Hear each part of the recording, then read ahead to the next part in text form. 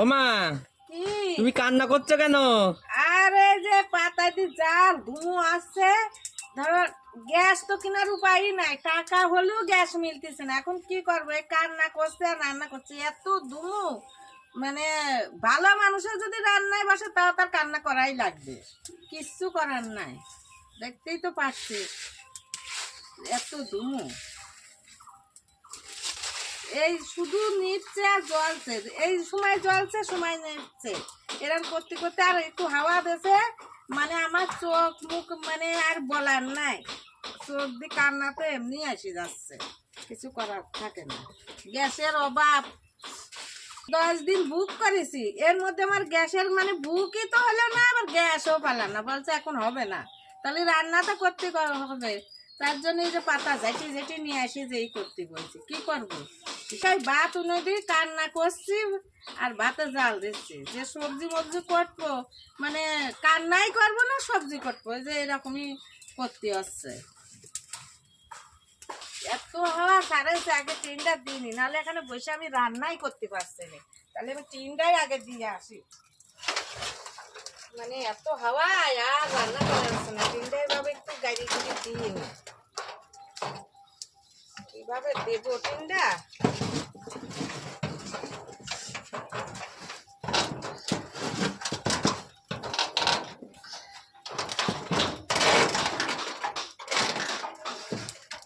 দেখো কত কষ্ট করে এদিক এদিক ঠেক নিয়ে দিই, শেষ পর্যন্ত এই ভাঙা টিন খান দিলাম, মানে কিছু করার পাচ্ছি না। মানে দেখা যাক এবার যদি হাওয়াটা একটু বন্ধ হয়, হয়তো কষ্ট কষ্ট একটু রান্না করতে পারবো।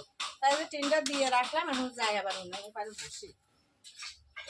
দেখো বন্ধুরা, আজকে সে উনুন মানে রান্না করতে দেরি আছে ধুমুতে, তা এখন এই যে উস্তে আর সিম আরো কিছু ডাটা অন্যান্য সবজি তাই দিই, একটু চচ্চড়ি করবো সরষে বাটায় দিয়ে, আর একটু ঝোল করবো।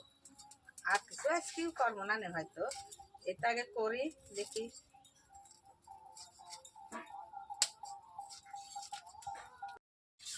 দেখো তো এই চচ্চড়ি রান্না করবো, তো তার চচ্চড়িটা এখন মানে আনকানো হয়ে গেছে, এখন চচ্চড়িটা জল দিয়ে দেবো।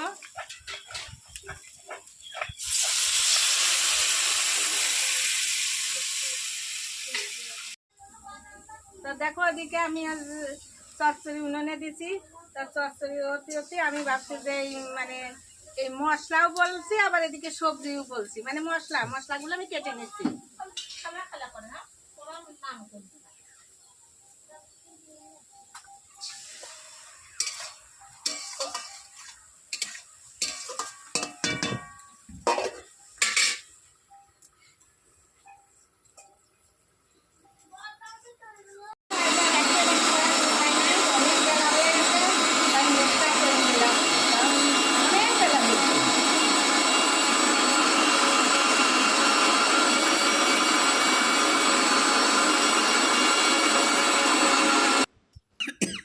হয়েই গেছে, আর সামান্য আর এক পাক দিলে ভালো হয়, তাই আর এক পাক দিয়ে নিচ্ছে।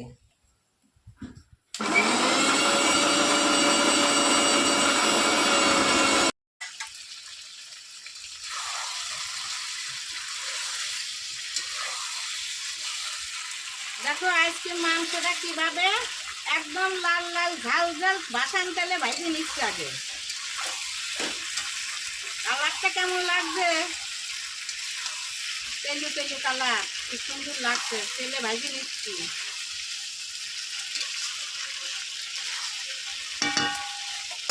পেয়ে গেছে, মানে এত খিদে পাইছে আমার, আর এখন সহ্য করা যাচ্ছে না, মানে খিদির জ্বালায় সহ্য হচ্ছে না। তাড়াতাড়ি ভাত বাড়িয়ে নিয়ে মানে কটা খেতে পারলেই মানে বাঁচে। তারপরে চচ্চড়ি রান্না করেছি, মানে সবকিছু সবজি দিয়ে, আর এই যে মাংসের ঝোল করেছি, আর ভাত তো প্রতিদিন থাকে, আর কি দেখাবো, ভাত তো লাগবে, খেতে হলে ভাত তো অবশ্যই লাগবে। তো এখন আগে তাড়াতাড়ি খেতে দিয়ে খেতে বসে যায় আগে।